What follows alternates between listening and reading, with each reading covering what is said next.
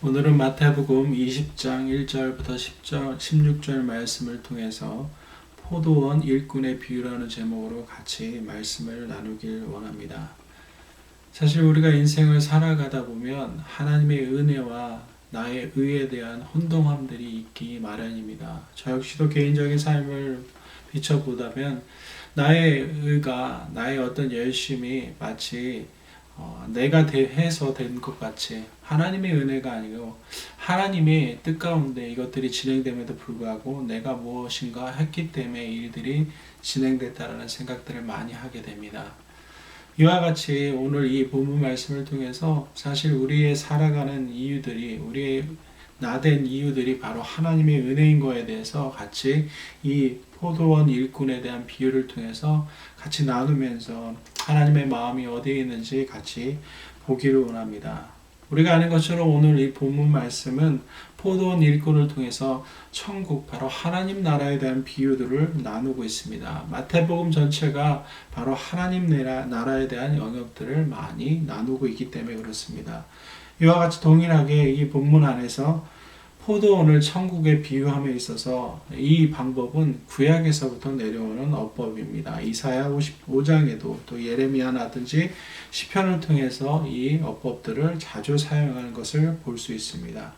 아무래도 포도원을 많이 천국의 비유로 사용하게 된 이유는 아마도 그 이스라엘 팔레스타인 지방 안에 포도원이 많은 까닭으로 인해서 그 당시 독자들이 많이 이 포도원을 이야기를 했을 때 더 이해하기 쉽기 때문에 포도원을 천국의 비유로 사용했다라고 생각합니다. 자, 이 본문에서 보면 또한 하나님을 집 주인에 비유하고 있습니다. 이 의미는 집과 주인의 합성어인데 이것은 땅의 주인이라는 히브리구를 해석해 놓은 표현입니다. 마태복음의 저자인 마태는 이 호칭을 여러 번 사용했습니다. 이 본문에서 이 의미는 하나님께서 지으신 사람에 대해서 대하심에 있어서 은혜로 하심을 나타내기 위해서 바로 이 집주인을 표현하고 있는 것입니다. 바로 집주인은 하나님의 은혜롭고 긍휼이 풍성하신 용서하시는 분에 대한 것들을 이야기하면서 우리 안에 이 비유를 통해서 도전과 결단을 하는 것을 보게 되는 것입니다. 또한 당시 유대인들의 개념 안에는 천국에 대한 세계관이 전혀 다른 접근으로 알고 있었기 때문에 이 마태복음을 통해서 그 당시 유대인과 다른 개념으로 접근하고 있는 것을 보게 됩니다. 왜냐하면 유대인들의 개념 안에는 천국에 들어가기 위해서는 하나님 나라에 들어가기 위해서는 계명을 지키고 선을 행해야만 들어간다라고 생각했기 때문에 그렇습니다. 그런 유대인들에게 천국은 계명을 지키고 선을 행하고 나의 의가 아닌 바로 전적인 하나님의 은혜로만 들어갈 수 있음에 대해서 이 본문을 통해서 가르치고 있는 것입니다. 동일하게 오늘날 우리에게도 천국 백성 하나님 나라에 들어가기 위해서는 나의 어떠함이나 나의 열심이나 나의 의가 아닌 전적인 하나님의 주권이며 하나님의 은혜로만 가능함을 이 본문을 통해서 마태는 우리에게 전달하고자 하는 것입니다. 동일하게 우리의 삶을 돌아보면서 그렇다면 나의 의가 아닌 하나님의 은혜로 사는 것이 무엇인지에 대해서 기억하면서 이 본문들을 우리의 삶에 이 시대 가운데 구체적으로 적용하는 것이 필요하다고 믿습니다.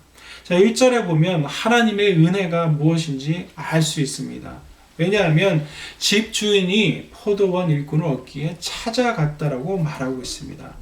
이른 아침에 나간 집주인과 같으니라고 말씀을 표현하고 있습니다. 이 땅에 우리의 죄악됨으로 인해서 하나님과의 관계가 단절된 가운데 있는 우리들을 향해서 하나님께서 친히 독생자 아들을 이 땅에 보내셔서 하나님과 관계를 회복시키신 그 은혜를 베푸신 것 같이 이것이 바로 전적인 하나님의 은혜인 것을 표현하고 있는 것입니다. 바로 집주인이 일꾼을 구하러 나간 것이죠. 먼저 하나님께서 행하셨다는 것입니다. 또한 2절에서부터 본문의 12절의 말씀을 보면 우리의 삶 가운데 있는 하나님의 놀라운 선하심과 자비하심을 보게 됩니다. 우리가 아는 것처럼 읽었던 것처럼 이 본문에 보면 포도원 일꾼의 원망을 듣게 됩니다.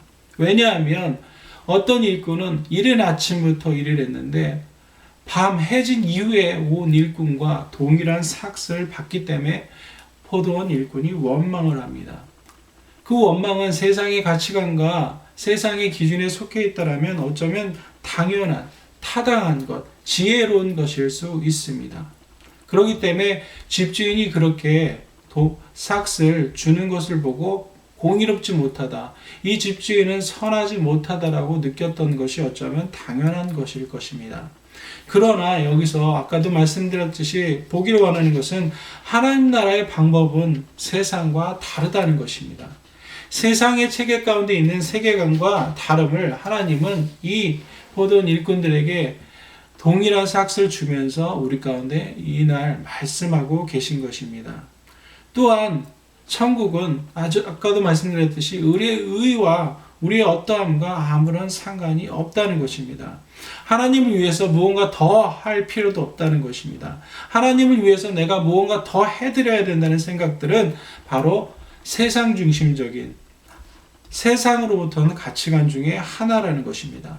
내가 무언가 더 해야만 상급이 더 클 것이라고 믿는 것입니다. 마치 예수님의 제자들이 예수님이 왕권을 차지한 이후에 자기가 오른쪽, 왼쪽에 큰 지위를 차지할 것에 대한 기대함으로 바라봤던 것처럼 우리 안에는 그러한 세상적인 생각들이 많이 있을 수밖에 없습니다. 그러나 우리가 아는 것처럼 구원과 은혜는 우리의 어떠함과 우리의 의와 아무런 상관이 없습니다. 천국은 하나님 나라에 속하는 것은 그 삶은 인간적인 노력과 어떤 공로에 의해서 결정되지 않습니다.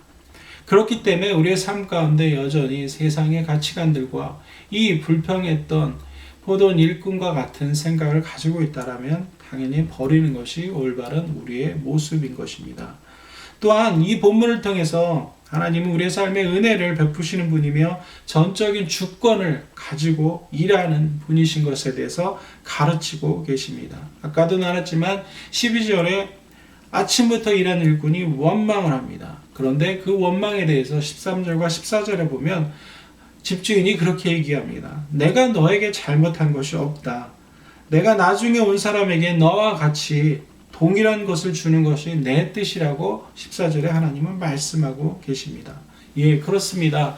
주권자이신 그 하나님은 하나님께서 원하시는 대로 우리의 삶 가운데 행하실 수 있는 분이신 것입니다.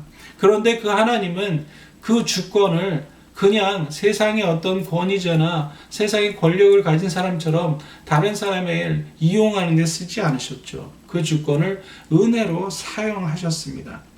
은혜로 우리에게 베푸셨습니다. 그렇기 때문에 인생을 살아가는 우리 역시도 하나님이 행하시는 것에 대해서, 하나님이 일하시는 것에 대해서 의의를 표하거나 원망하는 것은 잘못된 태도입니다. 그렇다면 하나님의 마음이 이런데, 하나님의 은혜가 이런데 그것을 알기 위해서 사실은 우리가 해야 될 올바른 태도는 정말 하나님의 뜻이 어디 있는지, 은혜로 베푸시는 그 하나님의 뜻이 어디 있는지 하나님을 알고자 하는 갈망함 가운데 시간들을 투자해서 말씀을 읽고 하나님의 성품을 배워나가는 것이 필요한 것입니다. 그런 배움을 통해서, 알을 통해서 하나님이 어떤 분이신지 알 뿐만 아니라 삶 가운데 일어나는 일들에 대해서 이 본문에 말하는 일꾼의 시각이 아닌 하나님의 보시는 시각으로 우리가 그때서야 볼 수 있는 것입니다. 그러면서 우리의 삶 가운데 모든 영역에 하나님의 주권을 인정하고 또 감사하는 삶을 살게 되는 것이 바로 우리에게 있어야 될 올바른 태도인 것입니다. 왜냐하면 아까도 나눴지만 하나님은 그 주권을 은혜로 사용하셨습니다. 우리의 주권자이신, 우리의 삶을 주관하시는 하나님의 행하심이 모든 일에 항상 선하기 때문에 그 선한 하나님의 은혜가 우리의 삶에 있는 것을 알기 때문에 우리는 그 은혜에 감사하며 살아야 하는 것입니다. 그러면서 16절의 마지막 말씀을 통해 주님은 우리가 천국 백성으로 알아야 할 하나님 나라의 원칙을 보여주고 계십니다. 먼저 된 자가 나중되는 것이고 나중된 자가 먼저 될 수 있기에 우리는 우리의 삶의 어떠한 현장 가운데 있을지라도 은혜에 감사하며 처해진 환경 가운데 순종하며 그런 삶을 살아가는 것이 바로 천국 백성의 합당한 모습이라고 우리 가운데 도전하고 있는 것입니다. 먼저 되고 나중된 것, 또 나중된 자가 먼저 되는 것, 이런 은혜들이 천국 나라 안에 있는 것들을 기억하면서 우리의 삶 가운데 정말 하나님의 은혜가 어디 있는지, 하나님의 마음이 어디 있는지 그것들을 보면서 하나님 앞에 우리의 삶을 드리며 하나님을 더 알고자 더 나아가는 것이 우리에게 있어서 올바른 자세이고 태도인 것입니다. 바로 하나님 나라의 원칙은 이것에 있는 것입니다. 하나님 나라의 원리 원칙은 세상의 원리 원칙과 같지 않습니다. 그렇기 때문에 우리가 그것들을 기억하면서 하나님의 그 은혜 가운데 우리가 반응하는 삶을 살도록 우리의 삶을 드리는 것이 우리에게 있어서 올바른 태도라고 믿습니다. 기도하겠습니다.